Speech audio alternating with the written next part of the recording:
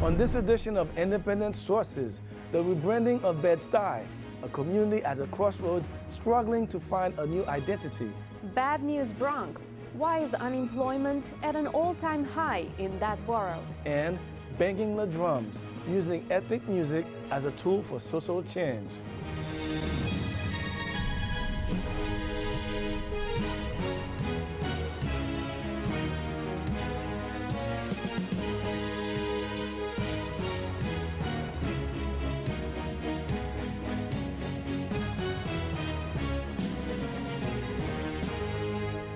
Welcome to Independent Sources. I'm Viano Ravinka. And I'm Gary Pierre-Pierre. Bed-Stuy, do or die. It's a phrase many New Yorkers are familiar with.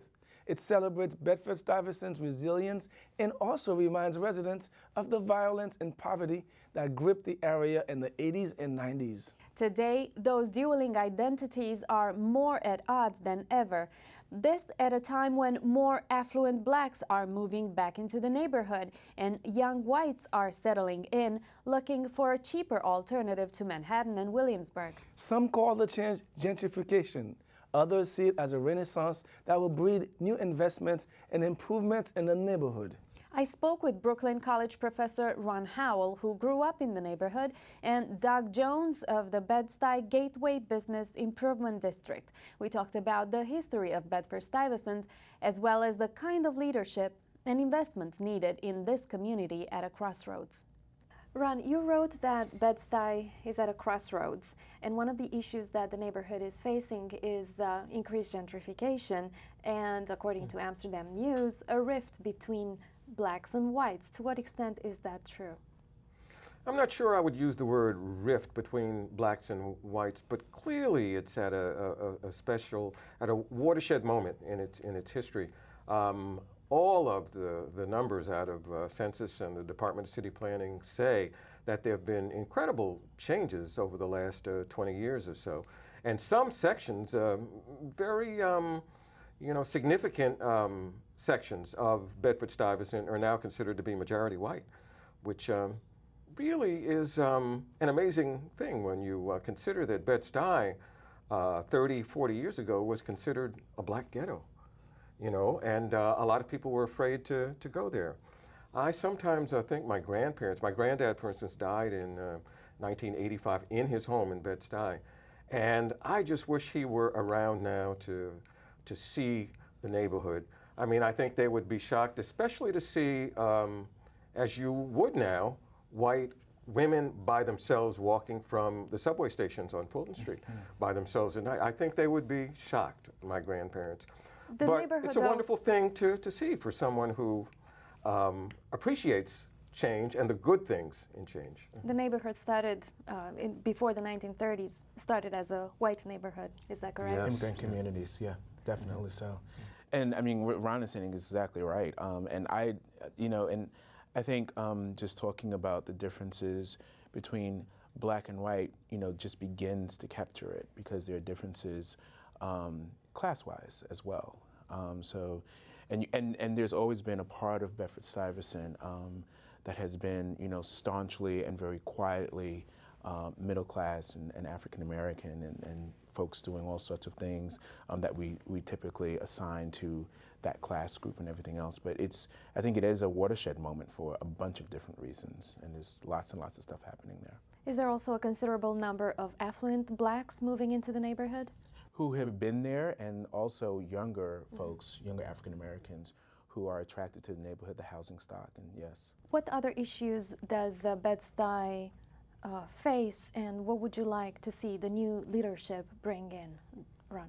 Well, I think this issue that we're talking about probably is the top one as far as I'm concerned, because there are so many aspects to it. There was an article just recently in the New York Daily News about the difficulties that working class folks and low income in Bed-Stuy were having keeping up with the rents as they are now, and that's driven in large part by the gentrification. And it's been pretty much documented now that a large number of residents of Bed-Stuy, people who have been there a long period of time, are being forced out now, and they're moving largely to East New York. This is something that was noted in Fort Greene even a couple of years ago, because I remember there was an article in New York Magazine about it about 2 years ago, and the same thing was happening with folks being priced out then and also moving to East New York. And I assume at some point in the maybe near future, if things continue as they are, that you'll be experiencing a gentrification in East New York as well. But it's a significant problem, and I think that the leadership in Bed-Stuy really has to find a way of, yes, I mean, there's so much good about new folks coming in who have jobs and well-paying jobs, and who are in those cafes and with their smartphones and iPads and so forth. But there are lots of people who have long ties to the community who are having it very, very difficult now. And I think the leadership has to face that and find a way to help people who are facing foreclosure, for instance, or just having difficulty financially and in other ways, maintaining that connection to the community. I would put that at the top of the list for elected officials in the neighborhood. Doug, is there enough investment on the part of affluent blacks in Bed-Stuy? There's a Metro Ed list study that was commissioned in 2009 through Local Initiative Support Corporation that shows there's about $541 million of investment leaving the neighborhood. Folks hopping in their cars and going to different places to spend their money, but also to spend what could become job-creating dollars right there in the neighborhood. And as the neighborhood grows and as people are really buying up the housing stock and saying, these are the things, the cafes, the restaurants, these are the things that I like to see here, that is an opportunity for economic development and job creation right here. So those things historically have not been in Bedford-Stuyvesant, and they're coming now, not just from new folks moving in the neighborhood, but from folks like the brownstones and things of those in that area who've long advocated that these things should be right here in Bed-Stuy, and that's beginning to happen now. I don't think it's happened overnight. I think these things that are occurring have begun to take off, but it's been long years of planning and really investment and commitment and discipline by folks, longstanding folks who've been there for a long time.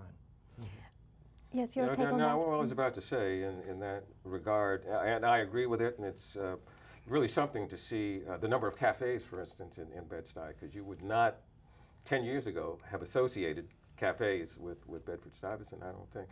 But what concerns me now is that despite the presence of some of them there seems to be a kind of struggle on the part of businesses, especially those businesses that were started by people from the community.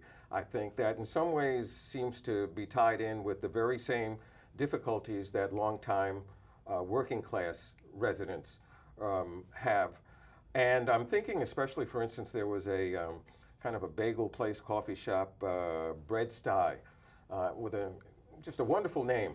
And it was always so crowded, and you had difficulty sometimes finding a spot, but there would be so many young people in there with computers, and I just enjoyed, and I would sometimes take my wife and mom there. And then I went one day and it was closed down. I was absolutely shocked. And then the same thing happened on that very block, Lewis Avenue, which is otherwise a very vibrant place with businesses. And Brownstone Books, which had been there for a number of years and was known for just being so supportive to the community in a kind of payback, and having days when children would come by and they would have reading sessions, and they closed too. And I think there needs to be an examination of what's going on. Perhaps more help is needed. I don't know. I'm not a business person myself, but I think there's serious concern about that. Can I ask you a question, Ron?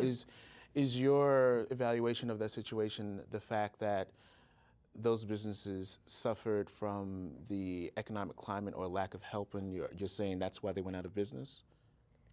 Well, I assume it has to do, as is often the case, if not most of the time, with rent just going up the way it does, especially with commercial properties. And I think maybe we need to take a look at that. As I said, it's not my specialty at all, but I've been concerned for some time now that owners of commercial properties, or after a lease is up, are able to raise the rents pretty much, is what, to whatever, it can be 2 times, 3 times, 4 times. And that's kind of a shock, can be a shock to a business owner. And I think that's one of the things that goes on there. I suppose I would like to see some kind of controls that would help a small business person to have some consistency. I don't want to suggest that that might not be the case in some situations. But I think I'd also like to be careful about making sure we don't brush property owners and business owners with kind of broad strokes. The owner of those properties, as well as some of those businesses, I think those are individual circumstances that we really should be, you have to really dig down deep and understand what is the backdrop and the backstory of why some of those businesses went out of business, and then how we can better support, how we can lay the groundwork, how folks who are still there are making a serious investment in the community. In closing, Ron, you also wrote that history matters, and you believe that the district, the seat for the district, which incorporates not only Bed-Stuy but other neighborhoods in Brooklyn, will ultimately go to someone who will appeal to the longtime residents. Can you elaborate on that?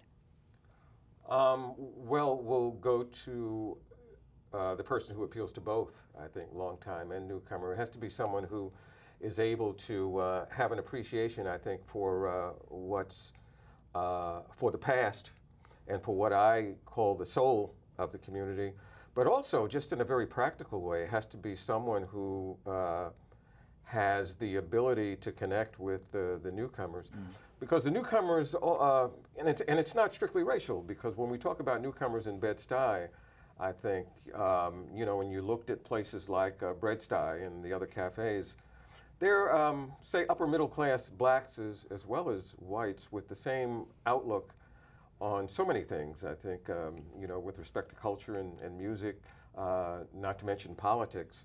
I think it has to be someone who has his foot in both camps. I think that's going to be the trick and what people are going to be looking at in the coming weeks. In a few words, Doug, what will become of the traditional slogan, Bed-Stuy, do or die? Oh, I hope it goes away. I hope it goes away. I think that Bed-Stuy has evolved. I think, historically, that was a certain tag and appeal to a certain element. But I do think that some say that it had a positive connotations, that it showed the hustle and the resilience of the people of the neighborhood. Perhaps, and I think an argument can be made for both sides of the coin there. But unfortunately, when you do think of Bed-Stuy, do or die, it certainly does seem to bring a certain image, and not the struggle of getting down and putting your shoulder to the grind and really bringing some change to the neighborhood. You do tend to think of something else. I like it. I like the phrase, and in fact, and I also am just very reluctant to give up the things of the past that I think say a lot about the rhythm and the feel of the community. Because my concern is that one day they may even change the name, and it won't be Bed-Stuy anymore, and that would not be a good thing for me. It'd be like losing your soul. Ron Howell and Doug Jones, thank you for being with us today. Thank you so much. Thank you. Still to come on Independent Sources, why is unemployment in the Bronx at its highest rate in nearly 20 years?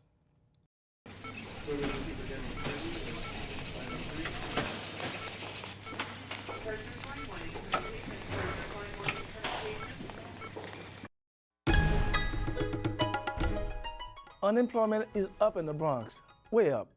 Figures from the State Department of Labor put the exact figure at 13.6% as of March.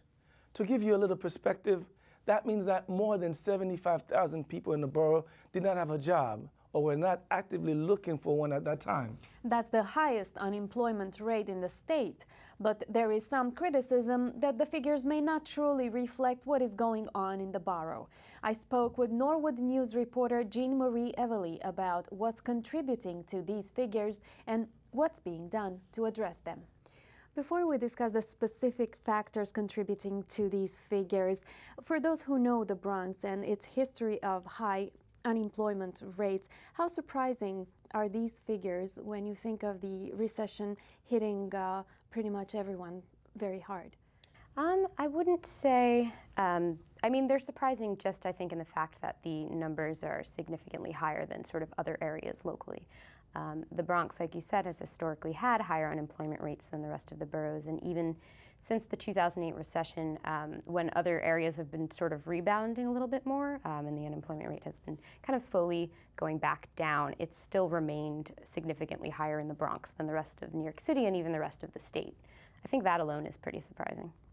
How accurate are the numbers, though, given that the statistics are based on evaluations made considering the people who are applying for jobs within a period of 30 days and not those who have quit looking for a job? Sure, yeah. So the numbers are kind of twofold hard to tell in terms of accuracy. The Department of Labor basically, like you said, gauges it on people who are actively looking for work, which means that it's got to be somebody who's been in the last 30 days, made some kind of effort to find a job, either sent out a resume, gone on an interview, something like that is basically how the survey gauges it. For people who might have given up a long time ago, maybe somebody who's been unemployed, which a lot of the people that I spoke to for one of our stories had been employed for more than a year or more than 6 months, and sort of if after the first couple of months they sort of get dejected and then decide to stop looking, so the unemployment rate wouldn't count those kinds of people who aren't sort of actively seeking anymore but are just more permanently unemployed. It also, the numbers fail to take into account folks who have gone back to school because of the recession, which is something that has happened a lot in the past couple of years in the Bronx and everywhere else. And it also does not fail to account for off-the-books labor, which is a kind of big facet in the Bronx. So taking that into consideration, the unemployment rate could be lower or it could be higher, although most experts sort of estimate that since it's not taking into account the people who stopped looking, it's probably higher than the numbers actually give. Let's discuss the factors now. One of the factors cited by experts has been the type of industries that are present in the borough. Talk a little bit about that and how the industries have been hard hit by the economic recession. Yeah, well, in the Bronx, like everywhere else, the manufacturing industries have been on the decline for the past couple of decades. So that's something that a lot of the sort of unskilled labor, so to speak, or more kind of hands-on labor, blue-collar kind of work has been on the decline. Meanwhile, the Bronx doesn't have like I think one of the sources that I spoke to called it a Silicon Valley, so to speak, or sort of a business community like Manhattan does, for example, and even parts of Brooklyn that are sort of coming up as these business hubs and sort of tech hubs. The Bronx doesn't really have that yet. There are kind of pieces of it that are sprouting up and places that are becoming, you know, it looks like it might be kind of on the incline, but the types of industries that are kind of the most, that kind of provide the most jobs in the borough are healthcare, the nonprofit industry, as well as retail. So healthcare and nonprofit are industries that are greatly tied to how well usually kind of the economy itself is doing, especially the nonprofit industry in terms of funding from state and federal government. So if there's a recession, those are kind of the hardest hit industries during a recession. And retail is also obviously greatly tied to the way that the economy is going. And retail jobs themselves is something that a lot of people have said, those are pretty low paying to begin with. So those industries don't necessarily give way to a lot of jobs, and they don't give way to high paying jobs. You've touched a bit upon the issue of many people working off the books. Can you detail on that? Yeah, well, that's definitely a big factor in the Bronx. We have a large foreign-born population. We have a lot of undocumented citizens. So those folks aren't on the books. A lot of them will find kind of labor jobs that are obviously paying under the table, which in terms of the unemployment rate, that wouldn't count them. So in that sense, those folks who are technically employed but not on the books wouldn't be counted in the percentage of people who are considered unemployed, which might make the number actually a little bit less than we think it is. So yeah, those folks, but a lot of those jobs are temporary. A lot of those jobs, you know, aren't steady. They certainly aren't high paying. They don't come with things like benefits and other kind of important stuff that would come with more stable jobs that are on the books. How much of it all has to do with many people having a criminal record and not being able to work? Yeah, I mean, that is definitely something that's come up, and a lot of experts sort of cite that as the Bronx does have a significant population that's been involved in the criminal justice system. So that's something that does create an extra barrier for somebody, obviously, in the job hunt. If you have a conviction on your record, employers are going to be a little less friendly in terms of accepting you. It might kind of X you out in certain types of jobs that you can apply for. So I think that a lot of groups that work in the criminal justice field are trying to sort of reverse that stigma and address that stigma, and they work specifically with folks who have a criminal record in terms of placing them in jobs, but it's still something that's definitely an extra barrier. What about the level of education of people living in the borough? Yeah, education is huge. The Bronx has a lower high school graduation rate than the rest of the borough. I think the last full cohort that the city had announced, like the 4-year cohort of graduates, was in 2010. In the Bronx, it was something like 54% of the students in 2010 graduated, the 4-year students who went through that. And then compared to the city, it was something like 65%. So it's still sort of like 10 percentage points below the city overall, which is significant. Most jobs these days, a high school diploma even isn't going to necessarily get your foot in the door. A lot of employers are requiring college degrees, master's degrees, so that lack of a high school diploma is definitely something that's going to set a person back. Now let's talk about the leadership of the borough. How has the leadership been reacting to these figures? Jobs is a huge political topic in the Bronx, obviously, and it's something that almost every elected official has worked on and talked about in length. Bronx Borough President Ruben Diaz Jr. has made it sort of a focal point of his administration and his work. His last State of the Borough address was highly basically talked about that. Mostly the entire speech kept touching upon this idea of jobs and bringing businesses into the borough and making the Bronx a more appealing place for businesses to set up shop. I know that the Bronx Borough President and the Bronx Overall Economic Development Corporation, which is like the local business arm, has been doing a lot of work in terms of trying to lure businesses here. There have been a number of projects in the past year or so that they've kind of cited as successful examples of that. An electrical trucking company that's going to set up shop somewhere down in the South Bronx along the waterfront there. The most recent one was Fresh Direct, the online grocer, which announced a month or two ago that they were going to move from their Queens location to the South Bronx, which caused a little bit of controversy from some of the community that didn't agree with the subsidies that they received for that move, but which the political leadership has sort of cited as one of their big successes in terms of getting businesses here. Again, just as we said in the beginning, Bronx has been through tumultuous economic times in the past, and it was able to rebound. You have talked to people, experts who are optimistic about the future of the borough. Can you talk a little about that? Yeah, sure. I think that overall there's a feeling of optimism and kind of positivity in terms of looking at the Bronx compared to, like you said, its tumultuous past. The borough has come a seriously long way since the Bronx's burning days of the 70s and 80s and even the 90s in terms of redeveloping and sort of kind of getting rid of some of that negative stigma that's attached to the borough. So I think that that's definitely happening. I think the person that you mentioned that I was interviewing was Ken Small, who worked for a nonprofit called Bronx Works up there that does kind of job training stuff, and he was looking at the borough compared to some other kind of local economies in upstate New York, cities like Buffalo and Rochester, which have also been really hard hit by the recession, and said that in his eye, comparing the Bronx to those types of places, it's a much more kind of positive outlook, and I think examples like businesses coming to the borough are good signs that we might be on an upward sweep there. Jean Marie Evely, thank you for being in studio with us today. Thanks for having me. When we come back, ethnic music that does more than soothe the soul.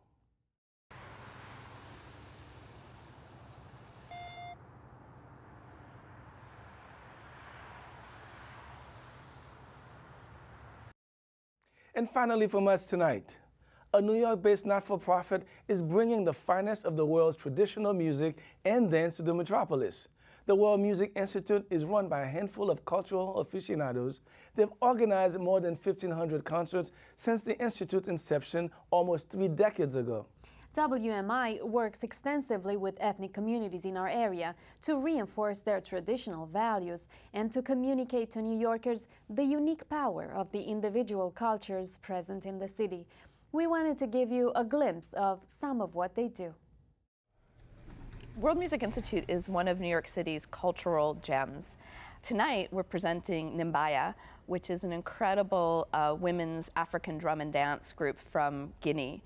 And these women were the first women to form a group to play the djembe in public in Guinea.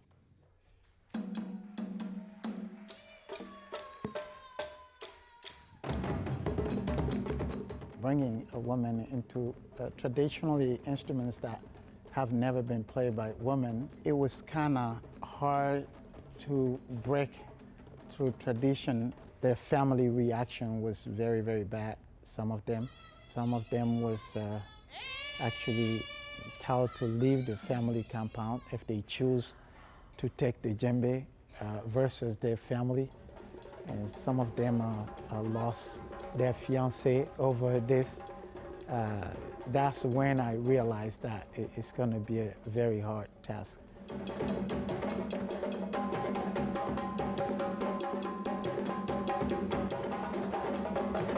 We're also going to be doing a symposium with them on the topic of FGM, female genital mutilation. It's a topic that the group is dedicating their tour to and is actually going to be premiering a piece about that topic.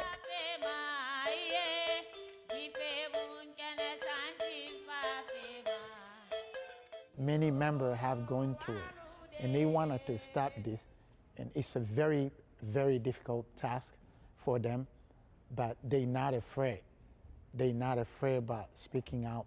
It's a wonderful way for people to not only see the art that these artists are creating, but also to start getting an eye view into the issues that that are happening in these societies and how artists are talking about them. WMI has always been known for being able to sort of scout out who the young artists are and bring them to New York for often their first performances. One of the artists that WMI has nurtured over the years is the incredible Indian tabla player, Zakir Hussain. And we have presented him from when he was really a relatively unknown young artist and built him up to presenting shows with him at Carnegie Hall, and it's been a really special relationship to see how his art has grown from just the originally kind of more the Indian community being interested to being really a phenomenon of world music. I think one of the things that everybody loves about living in New York is its diversity. You see a lot of people from different cultures, or maybe you sit next to them on the subway, but how often do you really get to learn about what they do? And art and music is just such an incredible mechanism for doing that.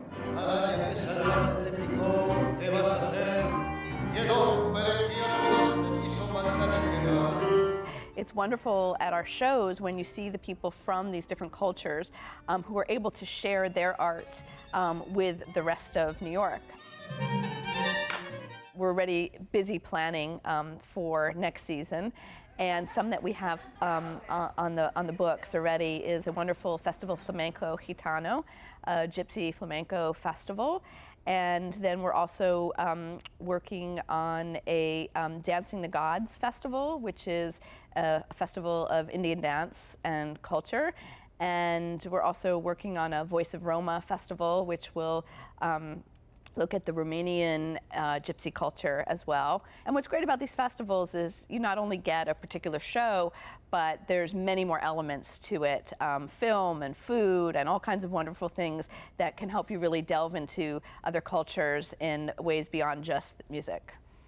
I really want to welcome all of New York City to come to our shows. It's a wonderful way to experience cultures with only having to take a subway.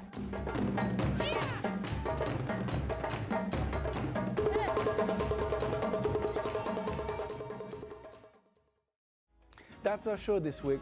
Thanks for staying tuned. Till next time, be independent-minded.